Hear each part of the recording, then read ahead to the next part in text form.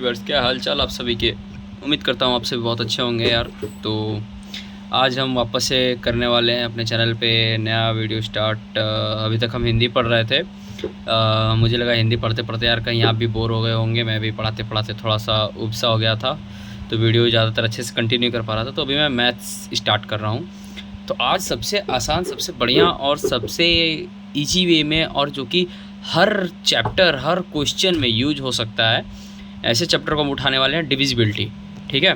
तो मैथ के लिए कॉम्पिटिटिव एग्ज़ाम में डिविजिबिलिटी क्या रोल प्ले करता है, आई होप ये वो लोग अच्छे से जानते होंगे जो कि अभी तक कुछ ना कुछ तैयारी तो करी कि जो उतरे होंगे फील्ड में, उन वो लोग तो अच्छे से जानते होंगे कि डिविजिबिलिटी आखिरकार रोल क्या प्ले करता है मैथ्स में कॉम्पिटिटिव एग्ज़ाम के लिए। तो डिविजिबिलिटी यार अपने आप में एक ऐसा अस्त्र है ना, जिसको चला करके हम किसी भी क्वेश्चन की कमर तोड़ सकते हैं। ठीक है, कमर तोड़ सकते हैं एकदम बढ़िया से ना। डिविजिबिलिटी देखो भाई, सबसे बेहतरीन चीज़ ये है कि हम उससे आंसर तो नहीं ला सकते, पर हम उससे गलत आंसर की छटनी कर सकते हैं। ठीक है, डिविजिबिलिटी से। अब डिविजिबिलिटी होता क्या है? डिविजिबिलिटी मतलब ऐसा आप कह सकते हो कि इफ़ द कोई क्वेश्चन दिया हुआ है तो उसका जो आंसर आने वाला है, जो क्वेश्चन का आंसर आएगा, वो आंसर जब भी आएगा वो क्वेश्चन के को रिलेट करते हुए ही आएगा, यानी कि उसको सॉल्व करते उसको रिलेशन में ही आएगा वो आंसर। ऐसे तो कुछ भी होगा नहीं, कुछ 3-5 आ जाएगा, कुछ अलग से आ जाएगा। अलग अगर आता है तो इसका मतलब कि वो आंसर नहीं है। अगर आंसर का रिलेशन क्वेश्चन से बन रहा है तो उसको हम डिविजिबिलिटी से पता करके बता सकते हैं। तो जो रिलेशन बताने का काम करता है वो काम डिविजिबिलिटी करता है, मतलब डिवीज़न करना, फैक्टर करना कि डिवीज़न हो रहा है या नहीं हो रहा है। तो इस तरीके से बाकी स्टार्ट करते हैं। उम्मीद करता हूँ आप सभी बहुत अच्छे होंगे, अपनी रिवीजन अच्छे से कर रहे होंगे। और आओ चलो पढ़ें। तो गाइस डिविजिबिलिटी, ठीक है, डिविजिबिलिटी मतलब कि यहाँ पे हम कुछ नंबर्स को ही डिवीज़न कर सकते हैं। अब नंबर्स हमारे पास कितने होते हैं? 10 नंबर होते हैं। देखते हैं कौन कौन से।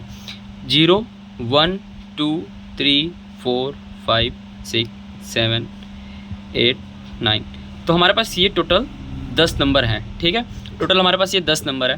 अब इन 10 नंबर्स के कुछ नियम हैं, यानी कुछ रूल्स हैं, जिसको हम लगा करके अपना डिविजिबिलिटी का जो थ्योरम है उसको हम कंप्लीट करते हैं। जो हम अपना डिविजिबिलिटी है उसको हम चेक कर सकते हैं। कुछ नियम है। तो यहाँ पे पहला नियम अगर हम देखेंगे तो पहला नियम हमारा होता है 2 का नियम। ठीक है, 2 का नियम। ठीक है, 2 का नियम आएगा पहला, रूल ऑफ 2। तो इसमें क्या है, रूल ऑफ 2 में क्या है, 2 के नियम में क्या है? तो अब आप जानते ही हो कि 2 का पावर, अगर 2 का पावर अगर हम 1 ले लें तो ये 2 कहलाएगा। अगर 2 का पावर 2 ले लें तो ये 4 कहलाएगा। अगर 2 का पावर 3 ले लें तो ये 8 कहलाएगा। 2 का पावर 4 ले लें तो ये 16 कहलाएगा। ठीक है, तो ये आप जानते ही हैं, है ना। तो ये चीज़ देखना है आपको यहाँ पे, ये चीज़। ठीक है, अगर यहाँ पे आप देख रहे हैं तो हमें 1 से लेकर 9 तक के बीच में अगर ये देखा जाए तो ये तो रिपीटेशन हो गया। 1 से लेकर 9 तक के बीच में हमें एक ये 3 मिल गया। यानी 2 का नियम जो है वो 4 पे भी लगेगा, 2 पे भी लगेगा और 8 पे भी लगेगा। यानी एक साथ हम ये कह सकते हैं कि 2 का जो नियम है वो ये 3 नंबर पे लगेगा। ठीक है, ये 3 नंबर पे लगेगा। अब ये 2 का नियम है क्या? ठीक है, 2 का नियम क्या है? इफ़ अगर हम मान लेते हैं कि कोई क्वेश्चन हमारे पास है, ठीक है, मान लीजिए कोई नंबर है हमारे पास, कोई नंबर है, मान के चलते हैं कुछ नंबर लिख लेते हैं हम। ये मान लीजिए हमारे पास नंबर है। ठीक है, अब हमें पता करना है कि इनमें से कौन सा नंबर 2 से विभाज्य है। ठीक है, 2 से विभाज्य हमें पता करना है। तो 2 से विभाज्य करने का मतलब है, यहाँ पे आप देख सकते हैं 2 का पावर 1, 2 का पावर 1, यानी कि अगर 2 का पावर 1 है, ठीक है, 2 का पावर 1 दिया है, तो इसका मतलब कि अगर हमें पूछेगा कि 2 से विभाज्य है कि नहीं, अगर 2 से विभाज्य पूछेगा, 2 से अगर विभाज्य पूछता है, 2 के पावर 1 देखेंगे, यानी कि लास्ट का ये डिजिट 1 डिनोट करता है हमारे लास्ट डिजिट को। ठीक है, अंतिम अंक को पावर हमें बताता है अंतिम अंक को, कि लास्ट में हम कितने अंतिम अंक को देखेंगे, पावर हमें ये बताता है। ठीक है, तो यहाँ पे अगर हमें देखना है कि 2 से भाग हो रहा है कि नहीं, तो हम अंतिम अंक को देखेंगे, अंतिम अंक को, क्योंकि 2 का पावर 1 है तो अंतिम अंक देखेंगे। अंतिम अंक क्या ये 2 से भाग हो रहा है, तो आप बोलेंगे नहीं। ठीक है, क्या ये भाग हो रहा है, आप बोलेंगे नहीं। क्या ये भाग हो रहा है? आप बोलेंगे बिल्कुल हो रहा है। ठीक है, ये आपका भाग हो रहा है 2 से, क्योंकि 6 2 से पूर्णतः विभाज्य है।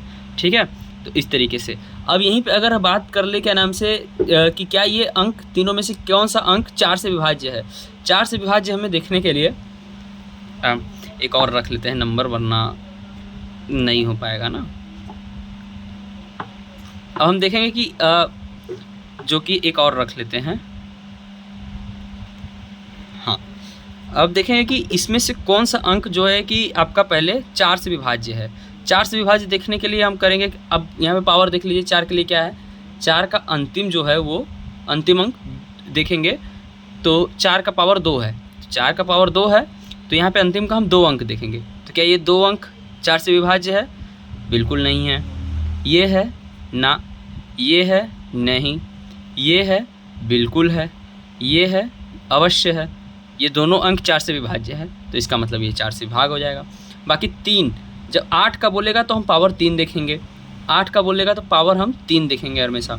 ठीक है, तो पावर 3 देखेंगे, 8 बोलेगा तो तब पावर 3 है तो मतलब 3 अंक देखेंगे, लास्ट का 3 अंक। क्या ये 8 से भाग है? तो देखेंगे तो 8 से ये भाग नहीं हो रहा है। ठीक है, 8 से ये बिल्कुल भाग नहीं होगा। ये होगा? नहीं, ये भी नहीं होगा। क्या ये हो सकता है? नहीं। क्या ये हो सकता है? तो आप बोलेंगे बिल्कुल हो सकता है। कैसे होगा? क्योंकि अब 0 तो भाग तो हो ही जाएगा 8 से, 8 से 0 भाग हो जाएगा, फिर उसके बाद तो 24 भी हो जाएगा। इसका मतलब ये 8 से भाग है। और फिर क्या ये है? बिल्कुल ये भी है, 8 से भाग है ना।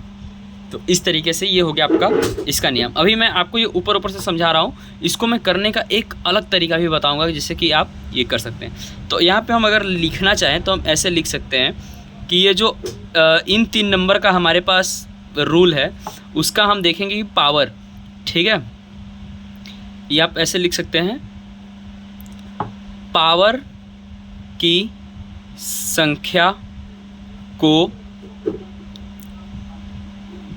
हम मान रख कर दिए गए संख्या को काटेंगे। ठीक है, काटेंगे। ठीक है, इस तरीके से है। तो यहाँ पे हमारा 3 अंक तो ख़त्म हो गया। अब बात करेंगे अब हम आपका, चलिए 0, ठीक है, अब हम करते हैं 0 1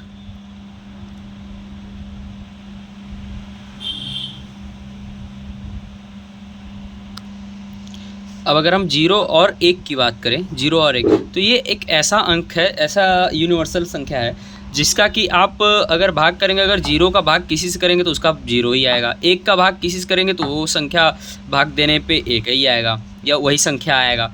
तो इन दोनों का आप ऐसा कुछ निकाल नहीं सकते, पर आप इसका बस इतना नियम याद कर सकते हैं कि 0 का किसी भी संख्या में भाग देने पे 0 ही आता है और 1 का किसी संख्या में भाग देने पे सेम संख्या आता है, जो संख्या होगा वही संख्या आएगा, तो उसका अंक जो है वो वही होगा। ठीक है, तो आप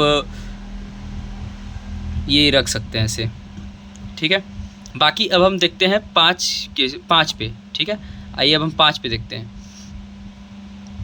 5 का नियम।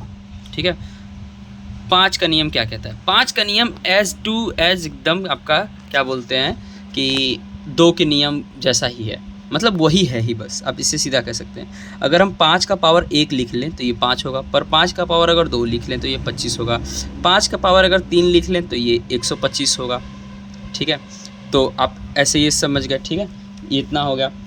तो इसमें भी बस वही करना है, अगर कोई संख्या दिया हुआ है उसका अगर हम पावर 1, अगर हम देखना, हमको पता करना 5 से क्या वो डिविजिबल है, तो उसका हम लास्ट डिजिट देखेंगे। इसमें 5 आ गया, 5 डिविजिबल है, इसका मतलब ये संख्या 5 से डिविजिबल है, बाकी और कोई डिविजिबल नहीं होगा।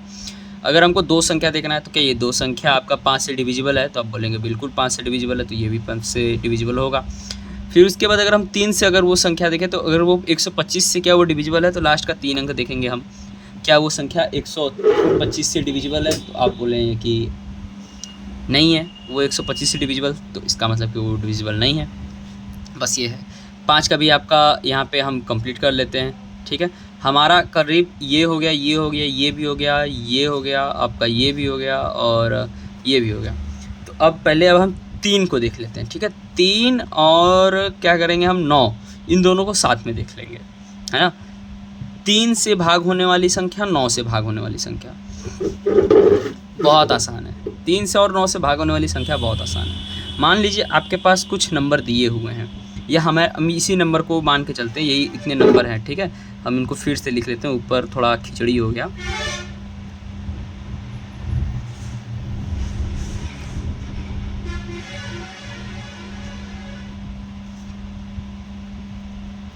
ठीक है, अगर हम इन नंबरों को अगर देख लेते हैं तो इनमें से कितनी संख्या 3 से और 9 से भाग हैं। तो इसका अगर आप ध्यान देंगे तो जो संख्या 3 से 9 से भाग होंगी वो संख्या तो 3 से भी भाग होंगी, ये तो आप मतलब समझ सकते हैं। जो संख्या 9 से भाग होगी वो 3 से भी भाग होंगी, ठीक है।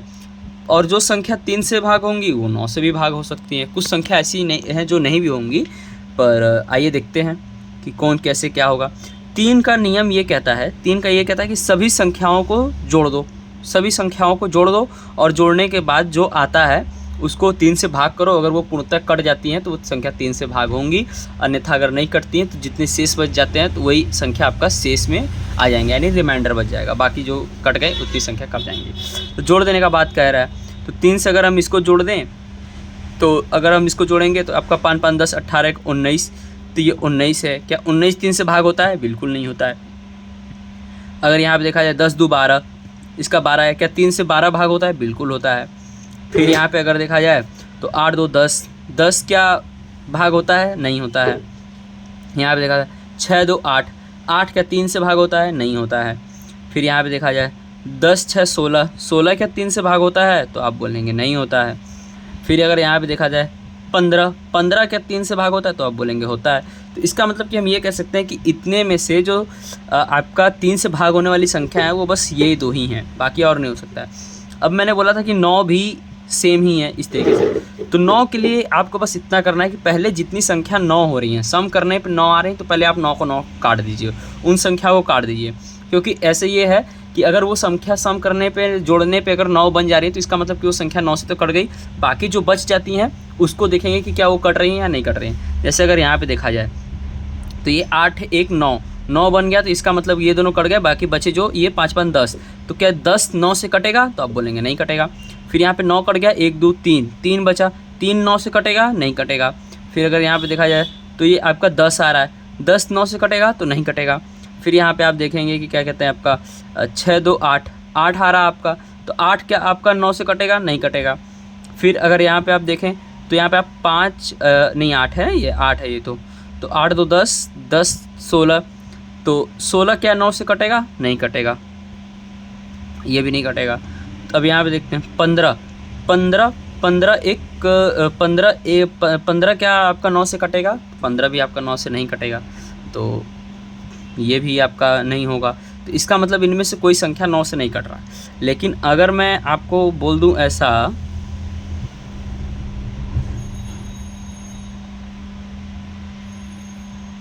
क्या अब ये संख्या 9 से कटेगा? आइए चेक करते हैं। तो ये आपका 9 9 कट गया, बाकी 3 के 3, 3 दूनी 6, 3 3 के 9 कट गया, बाकी 3 कम 3, 3 2 के 2 दूना 4, 2 3 6, फिर ये 6 आ गया, ये फिर 9 से नहीं कटेगा। तो इस तरीके से है, बाकी बस आपको इतना देखना है, ठीक है। अब आपका ये भी हो गया। अब अगला है आपका 6 का नियम और उसके बाद से 7 का नियम। 6 और 7 बस आपका यही दो नियम बचता है। तो पहले हम 6 का नियम ले लेते हैं। 6 एक ऐसा संख्या है जो कि ये सिंगल संख्या में नहीं होता, ठीक है। किसी एक संख्या से ये नहीं कट सकता। 6 को अगर आप 6 का अगर मल्टीपल करना जाएंगे, अगर इसको भाग करने जाएंगे, इसका अगर साफ़ सुथरा अगर भाग अगर निकालेंगे, तो ये आप देखेंगे कि इसका दो भाग खंड आएगा, ठीक है। एक आएगा 2 आएगा, एक आएगा 3, यानी कि इसको इन दोनों नंबर को मिला करके ही ये क्या कहते हैं आपका नंबर बनेगा, ठीक है 6। और किसी संख्या से ऐसा पूर्णतः ये विभाज्य नहीं होगा। तो इसलिए हम कोई भी संख्या अगर जो देखेंगे कि अगर वो 6 से भाग है, अगर वो 6 से भाग हो रही है, तो इसका मतलब है कि वो उसको 2 से भी भाग होना चाहिए और उसको 3 से भी भाग होना चाहिए, है ना। तो अगर मान लीजिए अगर हमारे पास दे दिया जाता है कि 6 से क्या ये संख्या भाग है ना, अगर मान लीजिए कोई संख्या अगर हमें ले लेते हैं यही मान लेते हैं ये है, तो क्या ये संख्या 6 से भाग है? तो हम पहले 2 से देखेंगे। 2 का नियम हमारा क्या था? लास्ट का एक अंक डिवाइड है भैया, ये तो भाग हो जाएगा। फिर अब उसके बाद 3 का नियम, दोनों को जोड़ देंगे, तो क्या कहते हैं 9 होगा, तो यानी 9 3 से भाग है, तो इसका मतलब ये जो है ये संख्या आपका 6 से भाग है। ठीक है, इस तरीके से बताएंगे। 12 ले लेंगे, तो आखिरी का एक अंक 2 से भाग है, बिल्कुल जोड़ देंगे। 3 से क्या ये भाग है? तो हाँ है, 3 से 6 भाग है, तो इसका मतलब ये संख्या 6 से भाग है ना। इस तरीके से हम करके देखेंगे। अब आती है 7 का नियम। 7 का नियम थोड़ा क्रिटिकल हो जाता है। ठीक है, 7 का जो नियम है आपका वो थोड़ा सा क्रिटिकल हो जाता है, क्योंकि इसमें थोड़ा सा 3 5 है। 7 में ऐसा है कि 7 की विभाज्यता जो है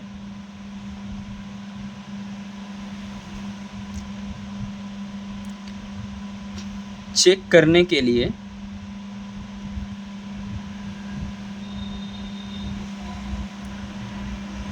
हम इसे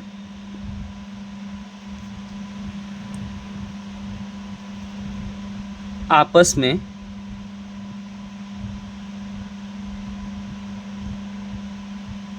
जोड़कर देखते हैं।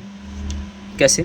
मान लीजिए हमारे पास एक संख्या है ये, तो अब हमें पता करना है क्या ये 7 से विभाज्य है। तो इसके लिए सबसे हम आखिरी अंक लेंगे। ठीक है, आखिरी अंक उठाएंगे, उसको साइड कर लेंगे, बाकी अंक लिख लेंगे। ठीक है, अब जो हमने आखिरी अंक उठाया था उसको हम इस संख्या में माइनस कर देंगे और उसका इंटू 2 कर देंगे। अब हम लिखेंगे कि जो संख्या आ रहा है उसको हम नोट डाउन कर लेंगे। संख्या इसको सॉल्व करने पे क्या आएगा?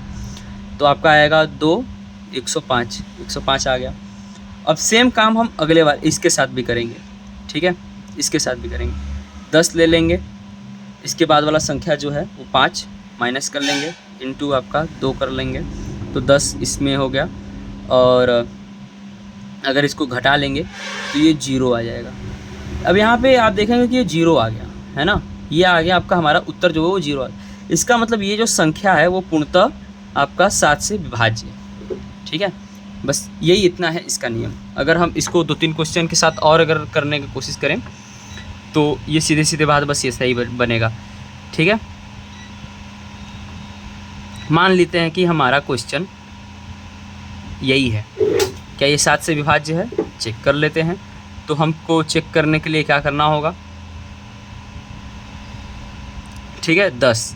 ठीक है, 10 अगर हम इस 10 ये आ रहा है, 10 इसको इसमें माइनस कर दें, 10 माइनस कर देंगे तो ये 144 आएगा, 148 आएगा। ठीक है, अब 14 माइनस 8 इंटू 2, तो अब इसको 16 में से 14 घटेगा तो माइनस के 2 आएगा, यानी माइनस वैल्यू में आएगा। इसका मतलब कि ये भाज्य नहीं है। ठीक है, ये भाज्य जो है वो नहीं है, ये भाज्य नहीं। बस इस तरीके से हमें पता करना है। ठीक है, सो आई होप आप सभी को ये वीडियो पसंद आई हो। बस कॉन्सेप्ट बताने की कोशिश किया है मैंने आपको इसमें डिविजिबिलिटी की। तो बस आज के लिए इतना ही। आपसे कल वापस से मिलेंगे अगले टॉपिक के साथ, अगले कॉन्सेप्ट के साथ। कल अगर हुआ तो हम लोग यूनिट डिजिट पढ़ लेंगे, या नंबर सिस्टम को पढ़ेंगे, या नंबर ऑफ़ जीरो पढ़ लेंगे। कोई एक चैप्टर पढ़ेंगे, बट अभी हम ऐसे सिंपल तरीक़ों को ही अभी सीखना पढ़ना कोशिश करेंगे। इसमें बहुत ज़्यादा कॉम्प्लिकेटेड था नहीं, बस मैंने जितना बताया उतना ही कॉन्सेप्ट है। बाकी इसके आप क्वेश्चंस वगैरह उठा सकते हो कहीं से भी, चैट जीपीटी या ऑनलाइन या कोई टीचर करा रहा है कहीं से भी आप क्वेश्चंस उठा लो। आप क्वेश्चंस उठा करके आप सीधा सॉल्व करो, आप आराम से निकाल सकते हो। ठीक है, बस यहाँ पे आपको कैलकुलेशन देखने वाली चीज़ है, और ये चीज़ अच्छे से आप प्रैक्टिस करोगे तभी आएगा। बाकी अगर बात करें थ्योरी की, कॉन्सेप्ट की, तो कॉन्सेप्ट बस इतना ही है इसमें, और इससे ज़्यादा ऊपर नीचे नहीं है। ठीक है, मैंने आपको 0 से लेकर 9 तक का सारा डिविजिबिलिटी का आपको रूल बता दिया कि कितने यहाँ पे रूल है और उसको कैसे कैसे इम्प्लीमेंट करना है, ये सारी चीज़ मैंने बता दी है। बाकी अब आपका काम है इसको रिविज़न करना और प्रैक्टिस करना, तभी आ पाएगा।